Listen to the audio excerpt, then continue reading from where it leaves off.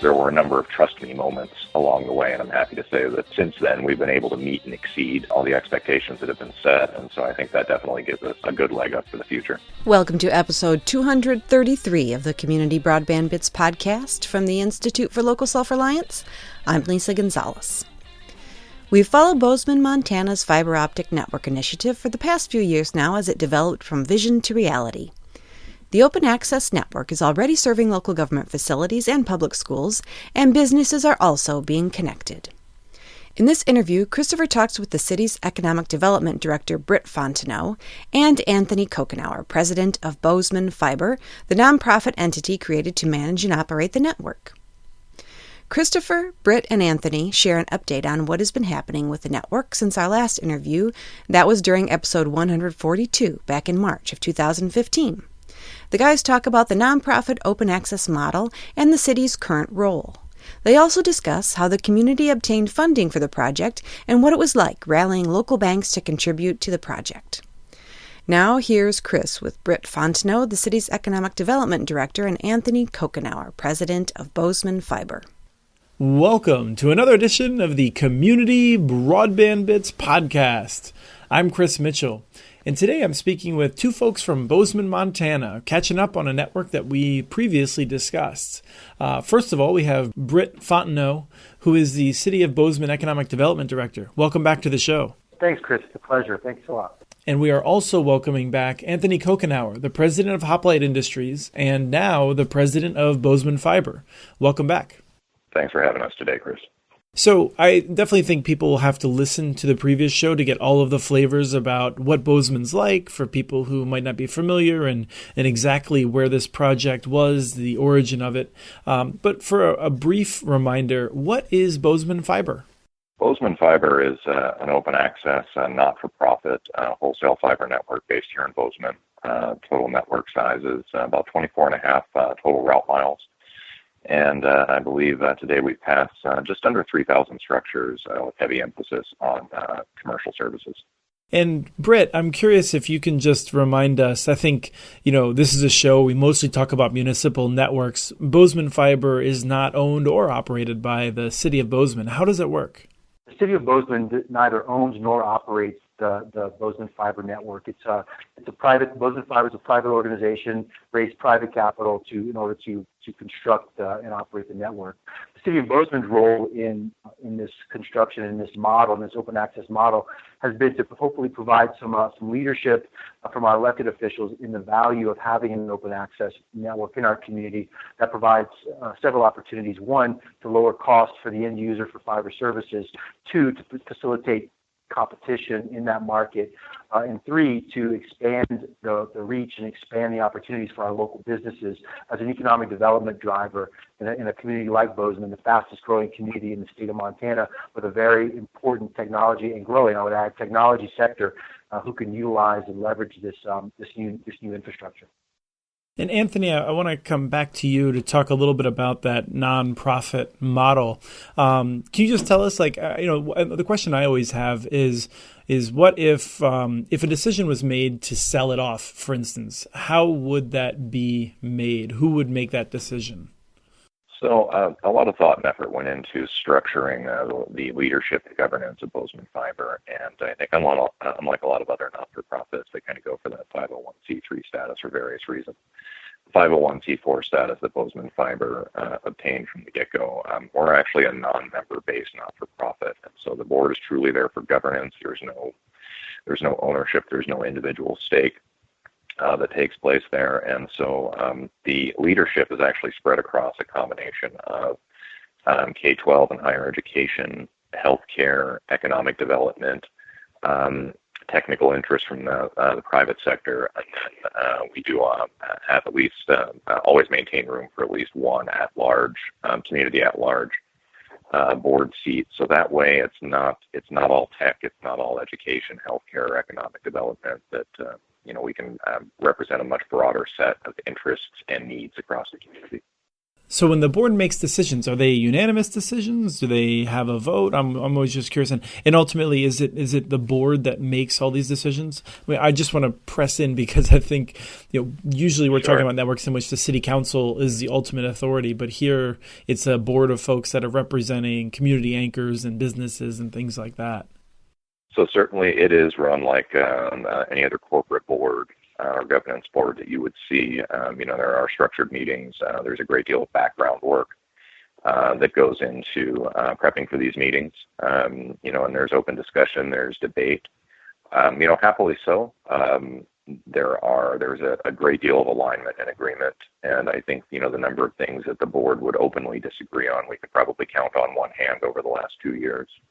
Now, one of the things that we were just discussing in the pre-call was whether or not anyone's trying to copy you. And Britt, I'd like to come back to you to ask if you could just give me a sense of when you said the city was involved in this as certainly in a convening role. What are some of the unique value adds that the local government contributed to make sure that Bozeman Fiber would be successful? Well, I think they provided the vision and the leadership in order to raise this issue to a level where community anchor institutions saw the value in becoming a part of the network. Because let's face it, those anchor institutions, which in our case are the city of Bozeman, the county, Gallatin County, and our school district, were taking a risk with us, with Bozeman Fiber at the time. I shouldn't say us, but with Bozeman Fiber, because this hadn't been done in this manner in the past. And so they saw the city commission was instrumental in approving the plan, the pro forma that the Bozeman Fiber organization eventually used to put the financing together for the network build. And of course, signing into long-term contracts, 10-year contracts with Bozeman Fiber to provide dark fiber. And I want to distinguish between the dark fiber anchor tenants, city, county, schools, with the lit fiber network, where we have service providers on the network who are providing services to our, at the moment, mostly to our businesses in our primary commercial corridors in our downtown and another area called our Cannery District, and then in the future our Midtown District. So the city has provided that leadership. They were a part of the group that selected, or at least were requesting certain board members be present to represent these various interest groups across the community, and have been very much a partner in the organization, getting the organization up and running. But since then, the city has taken a bit of a backseat role, since Bozeman Fiber has shown that it can construct a network, has shown that it can deliver services, with an eye towards how do we, as a city, invest in infrastructure that continues to facilitate the outgrowth of a fiber network, not just for the benefit of Bozeman Fiber, but for the benefit of the business community who can potentially use a number of services with proper infrastructure in order to get their needs met via fiber optic networks.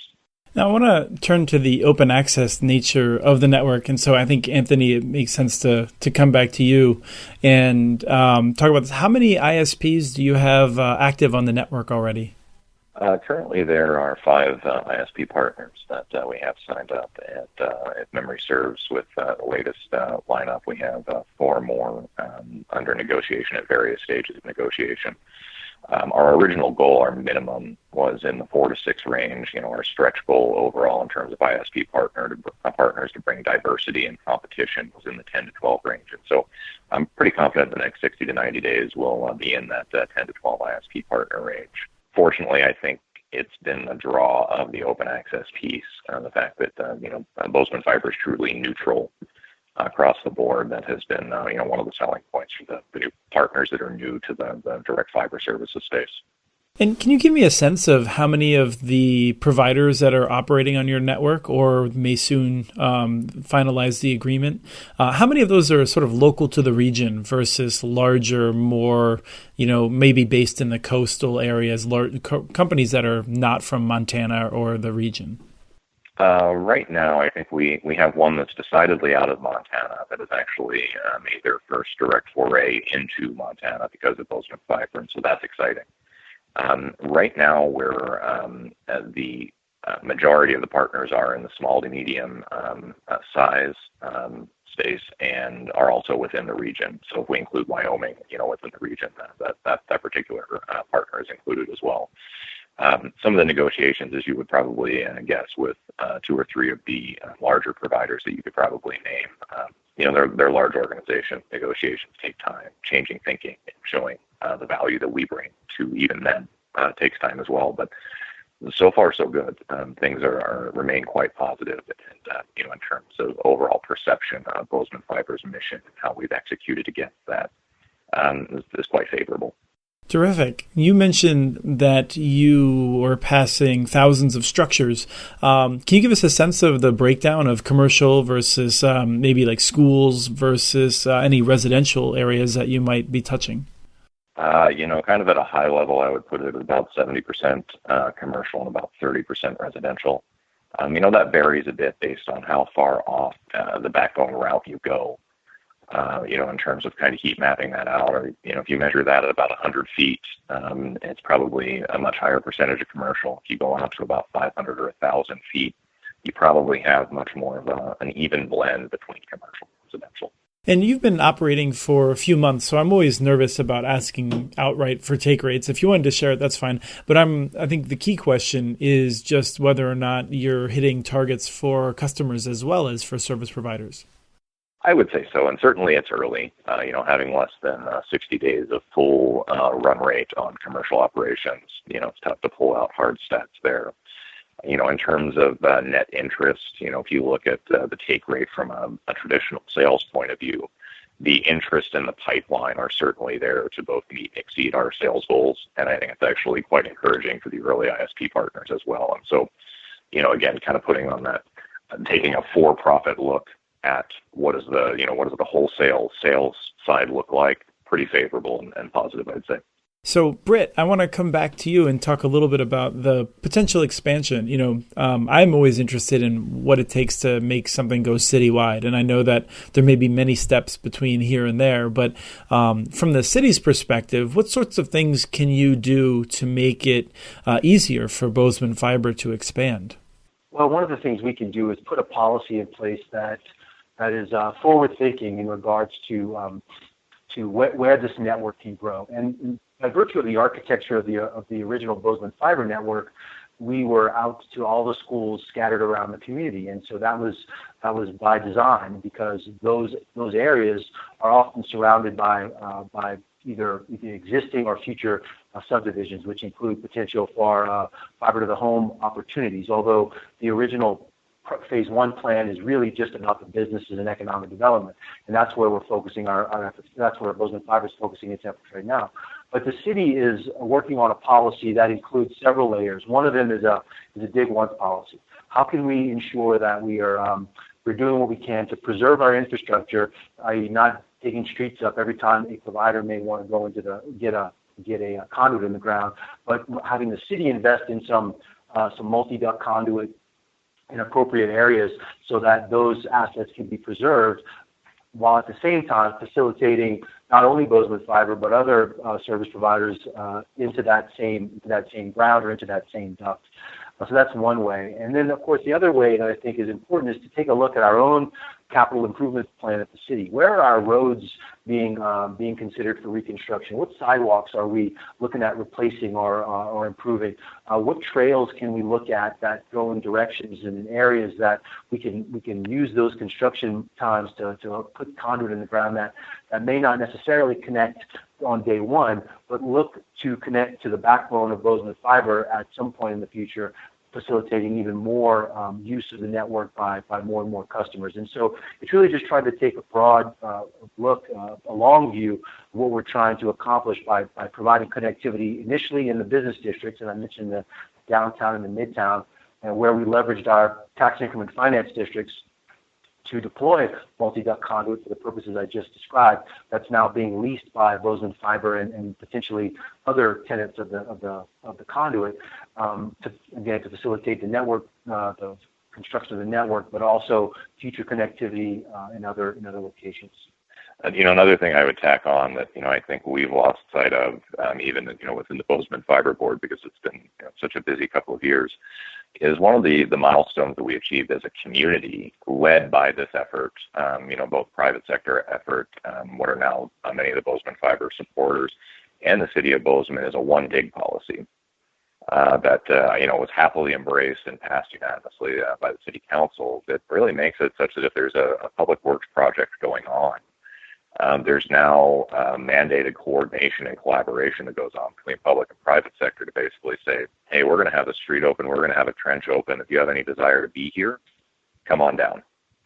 Taxpayers are already, already paid essentially in one form or another to open up trench for a public works project. If there's direct easement involvement or proximity to easement, that takes a great deal of the cost out of private sector endeavors for anything you would need to put in the ground that would be permittable.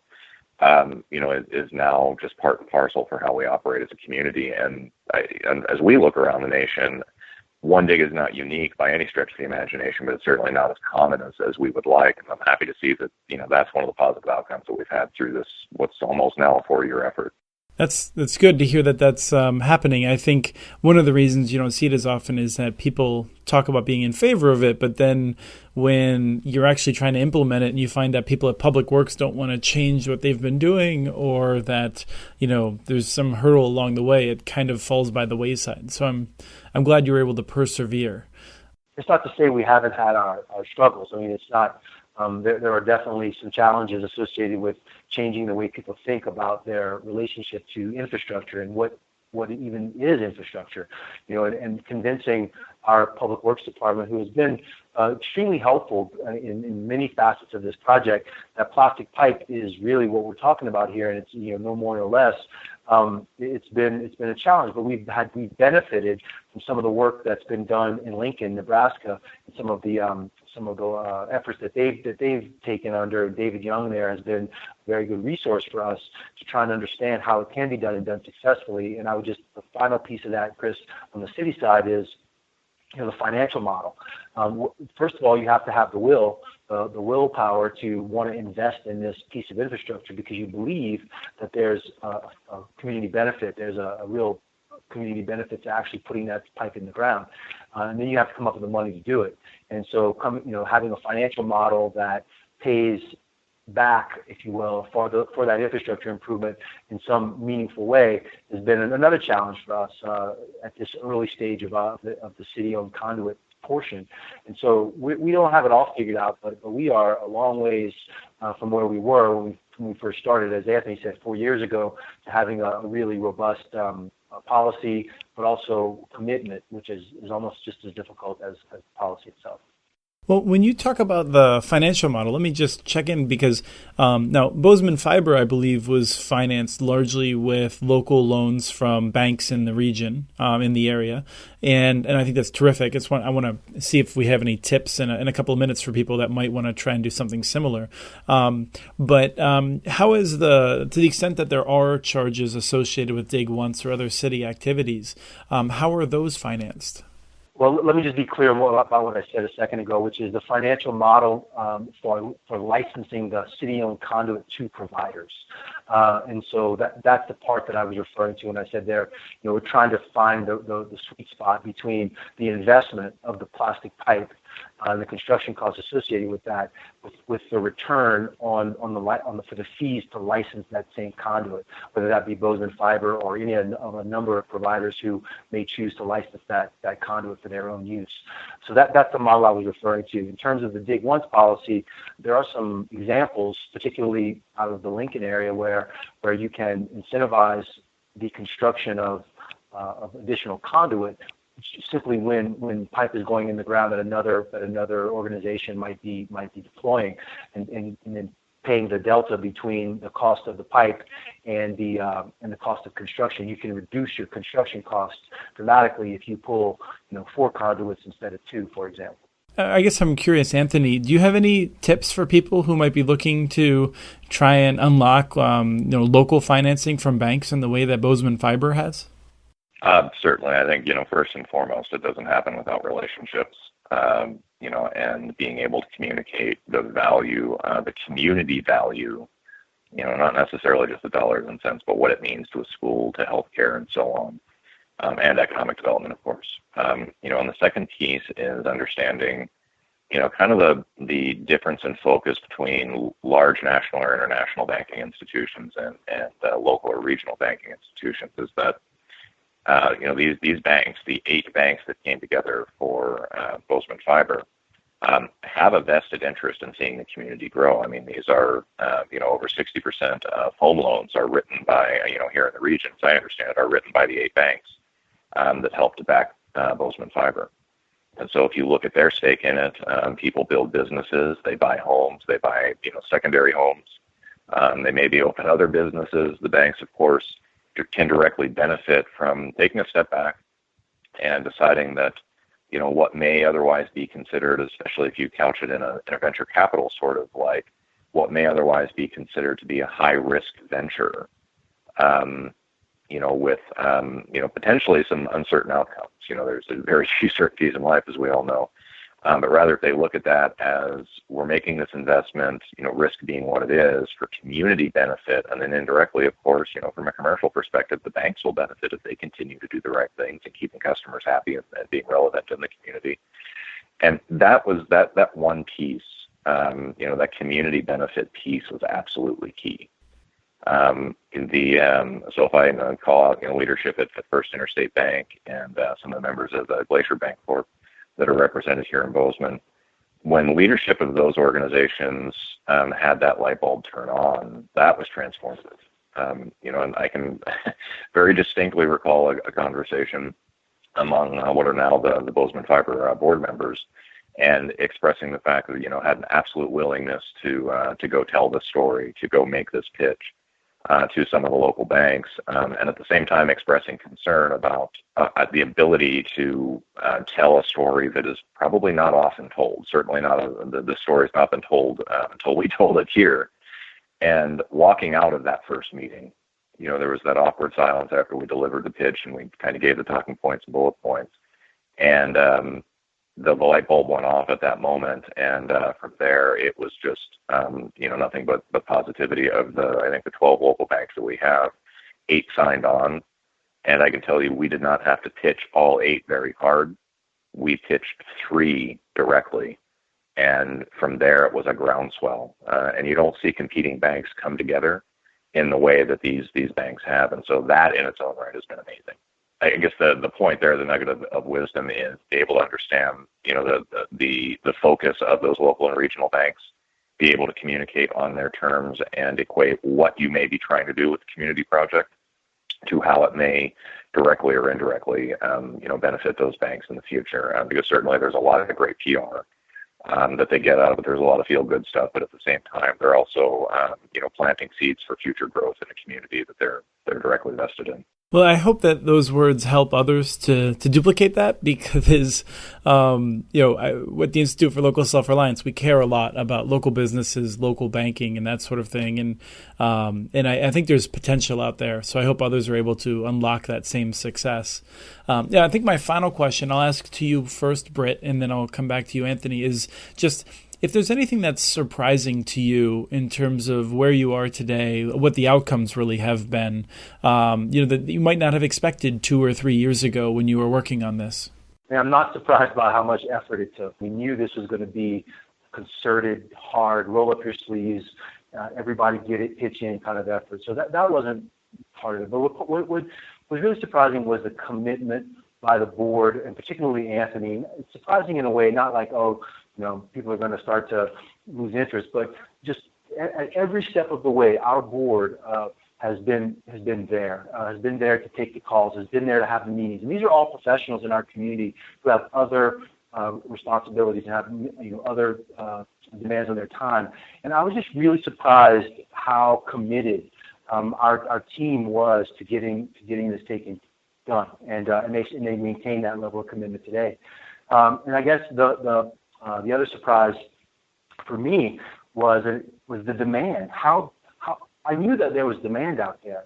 What continues to surprise me is the level of interest that now the community is taking on, not just the business community, but others in the residential areas of our town. The demand that's out there. I mean, I knew that there was the level enough demand to make this project pencil out, but I think there's even more than we had anticipated. And so those are the two things that I guess have surprised me the most, and both of them positive. Great. Anthony, what would you add to that? I would probably go back to the financing piece, having had probably more than my fair share of at-bats with venture capital pitches and things of that nature. It was a positive, I could say surprise, but really a shock that we had the model as right as we did so early on, that it was just very plain and obvious to the banking community that ultimately came together to fund us. And so that, I thought, had you asked me 6 months before that, in privately or in a group setting, I would have said, well, funding would be our number one challenge. And in fact, that was arguably one of the easier things that we did along the way. So that was certainly a surprise. Well, let me just pause for 1 second to let a few people unclench their teeth when they hear that, because I think, that's certainly not the experience for most people working in this area. But please continue. Certainly not, and not typically not my experience outside the not-for-profit space and the commercial arenas. I would say the other surprise as well, and it's a happy surprise, and having the challenges along the way that any large construction project, any large capital project will have. I think any even commercial providers run into permit issues or unexpected things when you're digging and so on. But the willingness for anchor tenants and other community members to come together. So the other side of this, of course, with the finance discussion, is you have to have that business plan. You have to have that pro forma that says, hey, guys and girls in the banking community or in the investment community, here's what we plan to go do, and here's how we plan to go do it.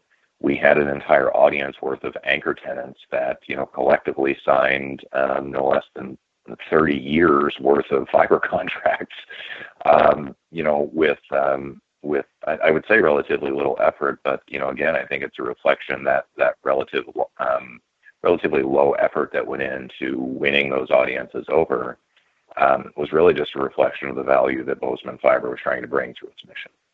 And so that for me would have been the second largest hurdle had you asked me months before, how do we get these anchor tenants on board and signed up so we can execute the loan documents. And I think those two things working out as well as they did were absolutely pivotal. But again, it comes back to being able to articulate the mission and the value, as well as having the relationships. Because of course there were a number of trust me moments along the way, and I'm happy to say that since then we've been able to meet and exceed all the expectations that have been set, and so I think that definitely gives us a good leg up for the future. Well, thank you both so much for taking the time to update us, and I have no doubt that we'll be coming back to you in the future to get some more lessons learned and check in on your progress. Well, thanks, Chris. And thank you as well, Chris. That was Britt Fontenot, Bozeman's Economic Development Director, and Anthony Kokenauer, President of Bozeman Fiber. As the project continues to progress, we'll be sure to share updates. Learn more at muninetworks.org. Just click on the Bozeman tag. Remember, we have transcripts for this and other Community Broadband Bits podcasts available at muninetworks.org/broadbandbits. Email us at podcast@muninetworks.org with your ideas for the show. Follow Chris on Twitter. His handle is @CommunityNets. You can also follow muninetworks.org stories on Twitter, where the handle is @muninetworks. Subscribe to this podcast and all of the podcasts in the ILSR podcast family on iTunes, Stitcher, or wherever else you get your podcasts. Never miss out on our original research by also subscribing to our monthly newsletter at ilsr.org. We want to thank Admiral Bob for the song Turbo Tornado, licensed through Creative Commons, and we also want to thank you for listening to episode 233 of the Community Broadband Bits podcast.